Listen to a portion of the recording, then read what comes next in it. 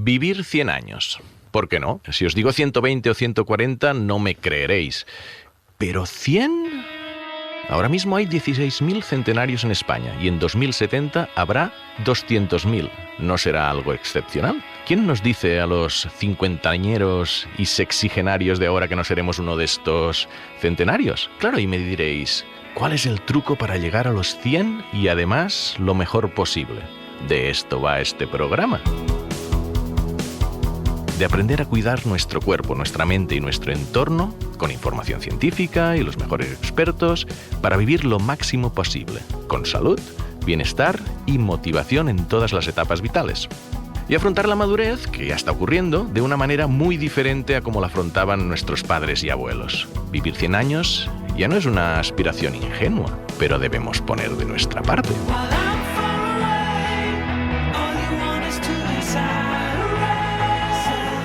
En la cadena SER, Vivir 100 años, con Pere Estupiñán. Doctor, ¿me estoy pasando de optimista? No realmente.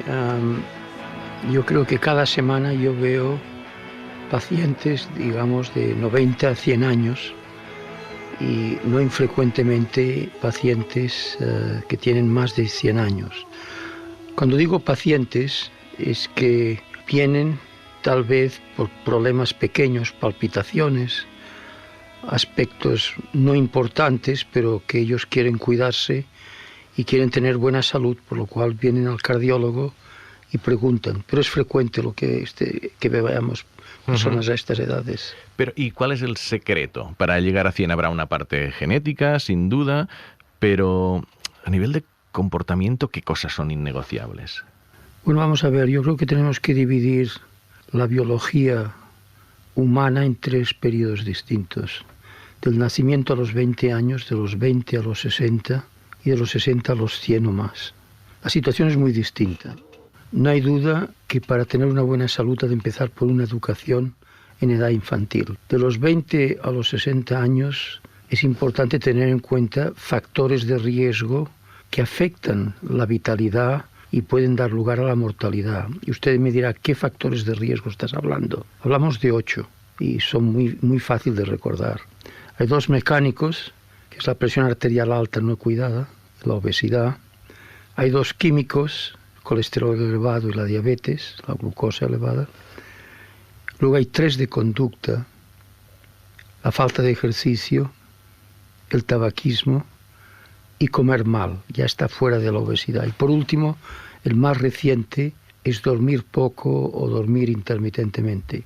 Uno se ha de cuidar estos factores y de la edad de los 20 a los 60 años es una edad absolutamente crítica para cuidarse, porque la enfermedad empieza pronto. Lo que pasa es que es silenciosa, la enfermedad de las arterias, que pueden dar lugar al problema cardíaco del infarto de miocardio o el infarto cerebral. Empieza pronto. Entonces, de los 60 a los 100 años, aquí hay un aspecto importante. Ciertamente es cuidarse los factores de riesgo, pero hay algo muy importante que está cada vez evolucionando hacia una realidad. Primero, el socializar, dejar el aislamiento personal y socializar. Segundo, la motivación.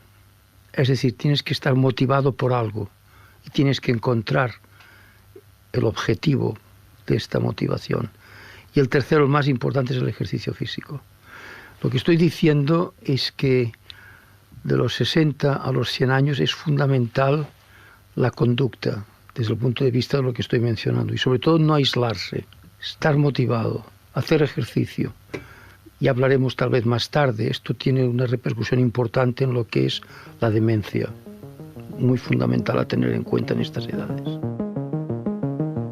Esta voz y tono tan carismático es la del doctor Valentín Fuster, cardiólogo en el Hospital Mount Sinai de Nueva York, director general del Centro Nacional de Investigaciones Cardiovasculares, expresidente de las Asociaciones Americana y Mundial del Corazón y uno de los investigadores cardiovasculares más citados del mundo. Qué lujo empezar así. Doctor, pero además del comportamiento, porque cuando usted empezó en cardiología, la esperanza de vida en España rondaba los 70 y ahora es de 84. ¿Qué ha pasado? nos cuidamos más, no solo tenemos mejor ciencia, mejor medicina. No quiero ser negativo, pero creo que no dejamos que el paciente muera. Y la cuestión es, ¿cómo lo haces esto? Las unidades intensivas, la cirugía cardíaca, nuevos fármacos, farmacología, que actúan en insuficiencia cardíaca, en enfermedades cardiovasculares. Es decir, que ha habido en los últimos 30 años una cantidad de aspectos que yo diría que ayudan al individuo a vivir más tiempo, y yo le digo que no los dejamos morir.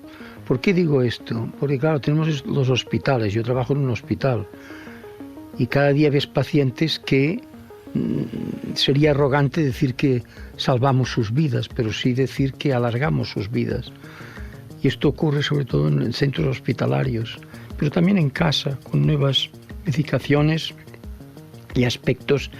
Después de la cirugía cardíaca, la cirugía cardíaca ha tenido un impacto impresionante dentro de las enfermedades cardiovasculares. Y yo hablo de la enfermedad cardiovascular. Usted me dirá, bueno, es que hay otras enfermedades. Sí, pero la enfermedad cardiovascular ha sido la causa de mortalidad número 1, por lo cual tenemos que parar atención a esta causa. Déjeme que sumemos a alguien a la conversación. Es una persona que el 3 de enero de 2026 confesó en su columna del País Semanal que era trans. Concretamente, transtemporal. Había cumplido 75 años, pero no se reconocía en esta edad. Quizás porque, como le contaba Iñaki Gabilondo en 2003, los escritores también tienen algo de niños.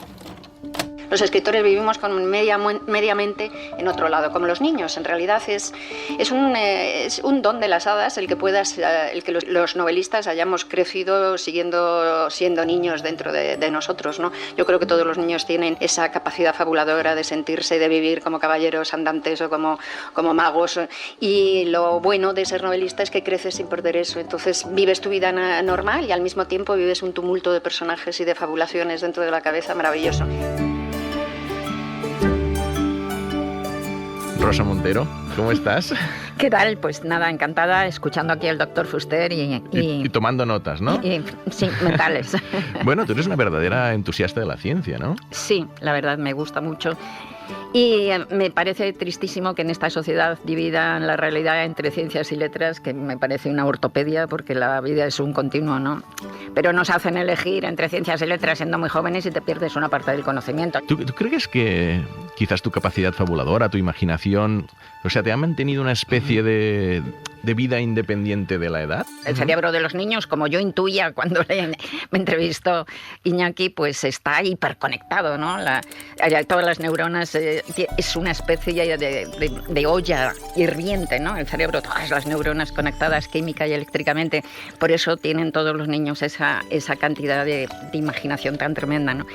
Pero luego, en torno a eso, a la prepubertad, pues hay una poda para cortar todas aquellas conexiones que no son útiles, para centrar el cerebro en lo útil, que es muy bueno evolutivamente, ¿no? Para cazar bien mamuts, para recolectar sin envenenar a la tribu. Todos somos hijos de esa poda cerebral, por eso hemos conseguido llegar hasta aquí, ¿no? Pero hay un tanto por ciento de la humanidad que no se les poda adecuadamente y siguen hiperconectados. Y dicen los neurocientíficos, como Mara Diersen, que es maravillosa, que dentro de esos no podados o podados de una manera no total, pues está la gente con trastornos mentales y estamos los que nos dedicamos a cosas creativas. De manera que efectivamente seguimos teniendo un cerebro parecido al de los niños, ¿no? A Rosa Montero no la había presentado, es Premio Nacional de Letras, Medalla de Oro de las Bellas Artes, Premio Nacional de Periodismo, sobre todo novelista, ¿no? Y has citado unos libros como El peligro de estar cuerda, también La ridícula idea de no volver a verte, y tu saga de ciencia ficción de Bruna Husky, Lágrimas en la lluvia, estaba protagonizada por una humanoide que conoce su fecha de caducidad. Y por eso no se puede olvidar de que es mortal, que es lo que hace la inmensa mayoría de los humanos, que viven como si fueran eternos, salvo un puñado de neuróticos profundos como Woody Allen y como yo, que todo el rato pensamos en la muerte y en el tiempo que nos deshace, ¿no? Ese tic-taqueo del tiempo en los oídos. Imagino, doctor Fuster, que habrá tenido muchos pacientes que también se afrontan a esto, ¿no? Me gustaría hacer hincapié en los niños y niñas. Tienen un impacto enorme como somos como adultos. Y la cuestión es por qué. Y el por qué es que el número de centros cerebrales antes de los 10 años es muy limitado, y por lo cual lo que le dices a un niño o una niña queda anclado. Cuando más tarde empiezan a juntarse los diferentes centros y con lo que le dices a un adulto por un oído sale por el otro, porque no hay esta especificidad. Digo esto porque precisamente cuando hablamos de salud, de prevención, de cuán larga es la vida, nosotros estamos trabajando muchísimo en la elaboración en el niño y la niña antes de los 10 años de la importancia que tiene la salud y la calidad de vida. Y yo me acuerdo cuando la primera vez que nos conocimos, que fue en el Mount Sinai, con el doctor Fuster, y le hablaba de prevención personalizada y me miraba con esta cara seria que pone a veces y dice, ¿sabes qué? A mí los pacientes no me hacen caso. Como de una frustración. Es decir, o tenemos esta educación desde el principio, adquirimos unos hábitos saludables, o después es muy difícil de cambiar comportamientos incluso con algo tan profundo como nuestra salud. La vida es una balanza entre un mundo de consumo y nuestra decisión personal. Y la realidad es que hoy en día la presión arterial está aumentando, la obesidad está aumentando, la diabetes está aumentando. ¿Por qué? Porque la balanza está a favor de la sociedad de consumo. Entonces, cuando alguien, como un periodista, me pregunta, oiga, ¿me puede usted dar una fórmula para la salud? Digo, su cabeza es la fórmula. Usted ha de hacer una decisión, ¿se cuida o no se cuida? Esta es la respuesta. Porque estamos en este balanceo.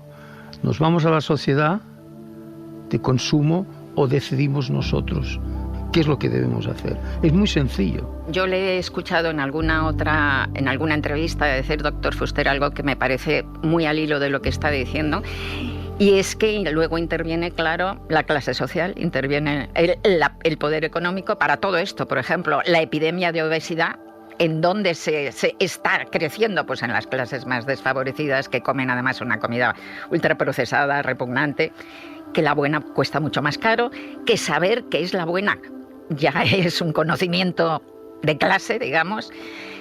Los datos dicen en Madrid mismo, tú lo sabrás mejor que yo, pero que por barrios de Madrid hay una esperanza de vida distinta, que me parece una de las cosas más injustas del mundo, ¿no? En este programa nos preocupamos obviamente de la salud, pero también qué consecuencias psicológicas o sociales hay en el hecho de vivir más años. O sea, ¿son diferentes los mayores de ahora que hace 2 décadas o 3? Yo creo que sí. En general, vamos, evidentemente. De hecho, yo creo que, supongo que está muy relacionado con la calidad de vida, por lo tanto, con la salud que tengas, ¿no? Pero hace 30 años, por ejemplo, pues la gente aquí en España como se jubilaba y se convertían como en ancianitos, se veían como ancianitos y se morían. Empezaban a tener una salud horrible y se morían. Y ahora pues se dedican a viajar de acá para allá, no sé, hay otra relación con la vida, creo yo. Hay un aspecto que creo que no tenemos que olvidar, que es el aspecto cognitivo a estas edades. La memoria, aspectos de la enfermedad de Alzheimer, etcétera, ¿no? Y no es que yo quiera ser negativo, pero creo que el gran reto que tenemos en esta sociedad actual, que vive muchos más años, es la calidad de vida. Y conocemos poco el aspecto cerebral para poder decir qué es lo que debemos hacer. Pero hay algo que está evolucionando muy positivamente en este sentido. Y es que los mismos factores de riesgo que he mencionado, la hipertensión arterial, colesterol, etcétera, afectan las pequeñas arterias del cerebro y ciertamente juegan un papel en la demencia cerebral. Por lo cual, el cuidarse los factores de riesgo a edades tempranas es fundamental, porque es cuando empieza todo. Lo cierto es que aquí se viene a vivir. Vivir 100 años.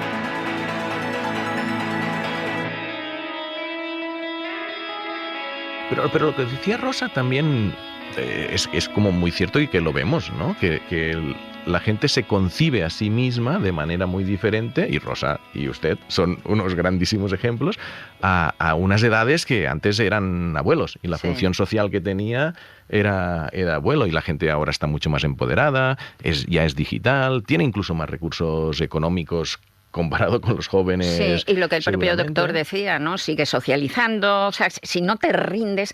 Yo he visto una cosa que todavía va un poco más allá, ¿no? En amigos que de repente se han jubilado y han dicho, ahora me voy a dar la vidorra, no hago nada más, me levanto, leo un librito, paseo. Si no te pones un poco en riesgo, si no sigues, no solo ya activo, sino activo hasta un punto en el que haya una cierta incomodidad, un cierto reto, se nota.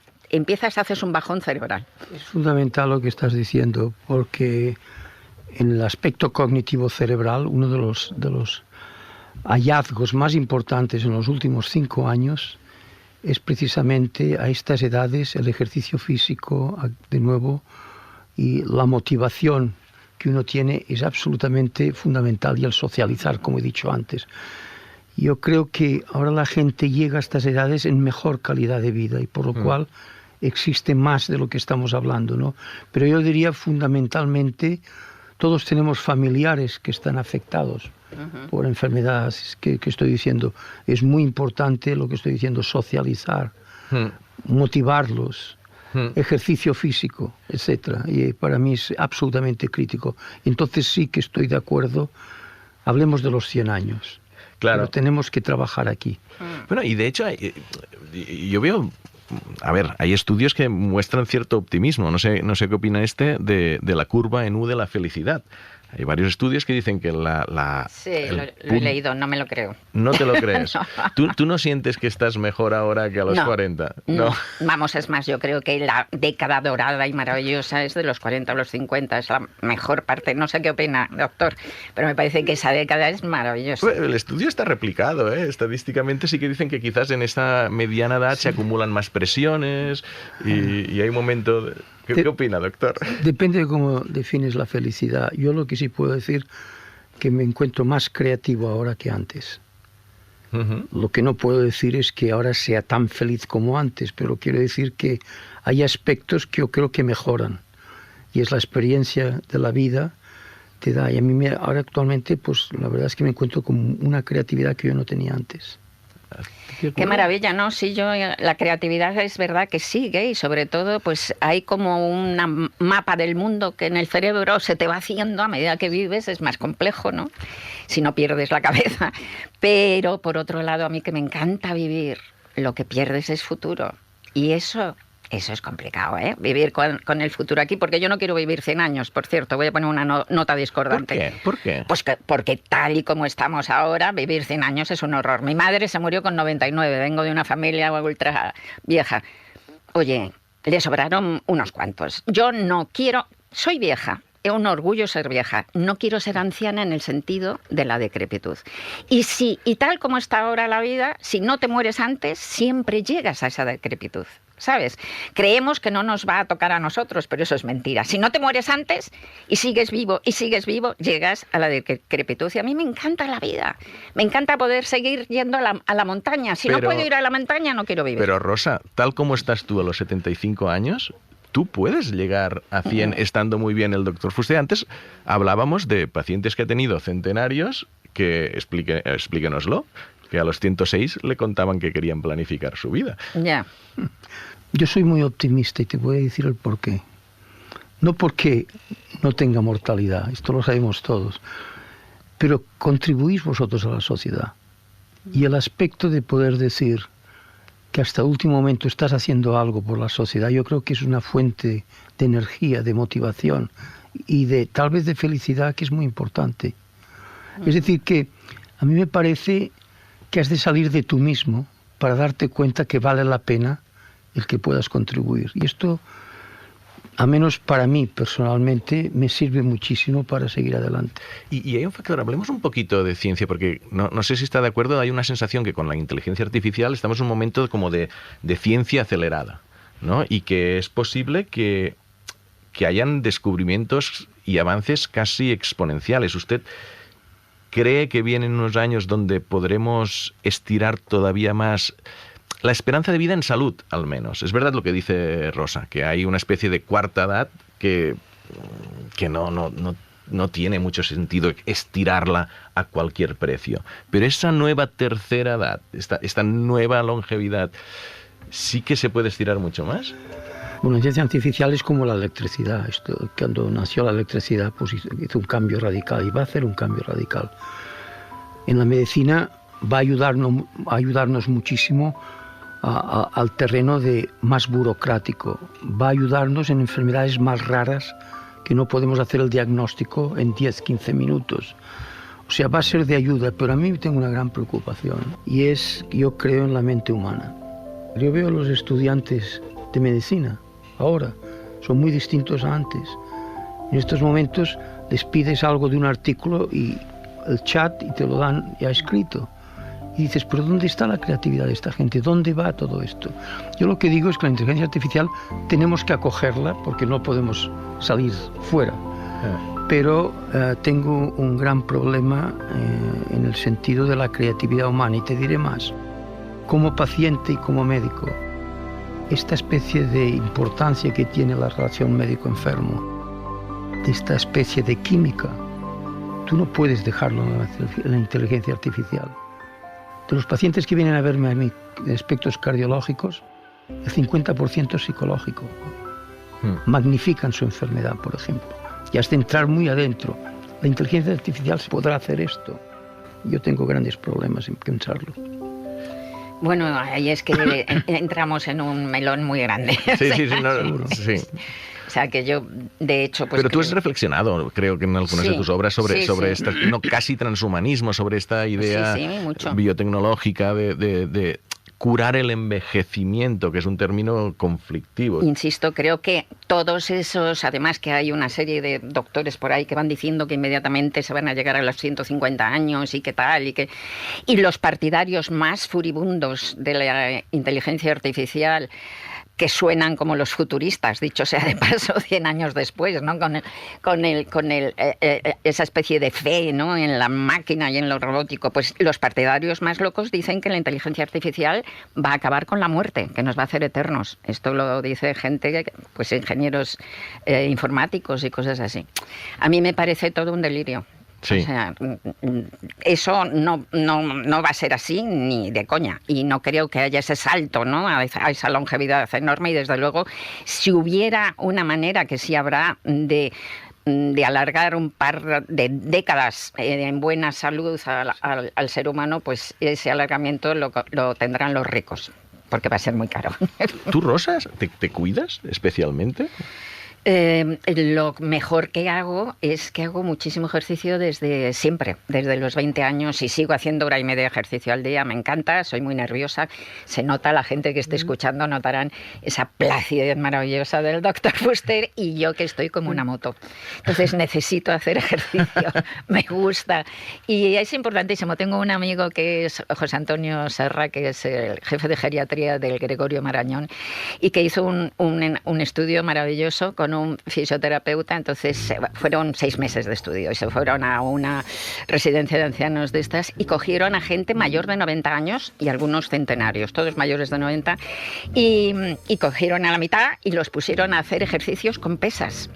Mejoraron de una manera brutal, mejoraron que no se caían, mejoraron cognitivamente, mejoraron de la depresión que tenían algunos y tal. Bueno, mejoraron tanto todos que la mitad de control, que no hacían ejercicio, empezaron a colarse en el gimnasio para hacer ejercicio por su cuenta. Tuvieron que cerrar el gimnasio con llave. Usted, imagino que ejercicio hace. ¿Tiene algún talón de Aquiles? ¿Qué le diría a usted, otro médico, si usted fuera el paciente? Muchísimas cosas le diría al médico. Yo quiero hacer hincapié que como médico todos pasamos altibajos. Igualmente, por ejemplo, pues yo ha habido momentos que he tenido más peso del que tenía que tener, y yo soy una persona deportista, ya desde el principio, ¿no? Es verdad. Pero uno pasa altibajos, y esto es humano. Por eso tenemos que continuamente, o cada 2, 3, 4 años, el regenerarse. Una cosa que a mí me ha servido muchísimo es el tener 15 minutos al día que no haces nada. Yo llego al hospital a las 5 de la mañana muy pronto. Y durante 15 minutos estoy allí sentado, piensas qué es lo que has de hacer, qué es lo que no has hecho, y es los 15 minutos más importantes del día, sin ninguna duda. Y si yo tengo que dar un mensaje a quien sea, médico o no médico, un mensaje único hoy es, por favor, pasen 15 minutos sin hacer nada. En un mundo acelerado, loco, que no sabes dónde va, es fundamental. Y yo creo que mucha gente me dice, este tipo trabaja muchísimo y siempre se le ve tranquilo. Sí. Yo creo que la razón es la que estoy diciendo. A mí me tranquiliza el empezar el día sabiendo dónde voy, de dónde vengo, qué es lo que debo hacer o no debo hacer. Y eso ayuda en general también a ti mismo. Es decir, que es un consejo que yo daría al mismo médico que yo soy paciente. Se lo diría a él. ¿A usted qué preguntas sobre el corazón le intrigan? Antes estábamos hablando y me decía, es que las células cardíacas no se regeneran. Y digo, ¿cómo puede ser? O sea, ¿cómo luchan contra el deterioro del paso del tiempo? Y dice, no lo sabemos. ¿Qué otras cosas le gustaría entender? Yo soy científico y trabajo en investigación, pero yo te puedo decir que yo soy cardiólogo y no entiendo el corazón. Tú dime una cosa, y esto he hablado con físicos, ¿cómo puede ser un órgano tan complejo, con válvulas que se abren y se cierran cada segundo, durante años, cómo no se... Nosotros es lo que dañamos el corazón. Pero el corazón por sí mismo, ¿cómo es posible? Un avión, cada 15 días lo han de poner al día, ¿no? Nosotros no ponemos el corazón al día. No se regenera el corazón, pero no se daña. Entonces a mí te pregunto a ti, ¿cómo es? No, yo no tengo la respuesta. Y espera que la tenga yo. Bueno, pero esto es una llamada también a la humildad. Es decir, una llamada a que incluso científicos o no científicos, creo que muchas veces pensamos en una sociedad que lo sabe todo. Y en realidad estamos en una sociedad que hay mucho a aprender. Pero esto es una motivación también. Sí, el conocimiento es una motivación maravillosa y la verdad es que la edad ayuda. Es decir, si trabajas porque yo conozco a muchos viejos completamente imbéciles, o sea, no viene la sabiduría no viene con la edad de fábrica, pero si lo trabajas, cuanto más viejo eres, pues más sabes. ¿Algún consejo que le darían a la Rosa Montero o al Valentín Fusté de hace 30, 40 años sobre cómo vivir mejor? Yo lo tengo clarísimo, pero lo que pasa es que todavía no lo he controlado, pero le diría, no seas tan angustiada, ¿no? Yo soy María Angustias, entonces no pasa nada, al final se consigue todo, nada es tan grave, o sea, no te preocupes. También esto pasará, como dice el anillo mágico de las 1001 noches. Yo diría que la vida es difícil, y soy un optimista, ¿eh? Y lo más importante es aprender de los problemas que uno tiene. Es decir, lo que se llama resiliencia, ¿no? En castellano. Sí. Para mí es fundamental. Y yo mira, la gente joven que está empezando cardiología, a entrenarse, les doy 4 consejos. El primero, piensa que has llegado a un puesto de la sociedad que has de dar a la sociedad. Has de dar gracias, más que estar criticando todo el día y perder el tiempo. Segundo, conocer tu talento. ¿Cuál es tu talento? Para esto es fundamental. Esto está muy lejos de la ambición. La ambición no es necesariamente tu talento. Tercero, trabajar en equipo. Estamos en un mundo distinto. Todos estamos ante un microscopio. Y el cuarto es la resiliencia, que es el que estoy comentando ahora. Es decir, la vida no es fácil para nadie, pero aprenderás de momentos difíciles y aprovéchalo.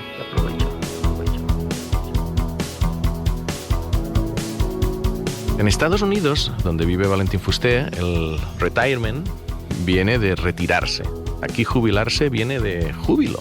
Es un matiz diferente pero importante y así debemos afrontar esta nueva longevidad, porque de las 6 reglas de oro para tener una vida sana y plena, solo una tiene que ver con la salud física.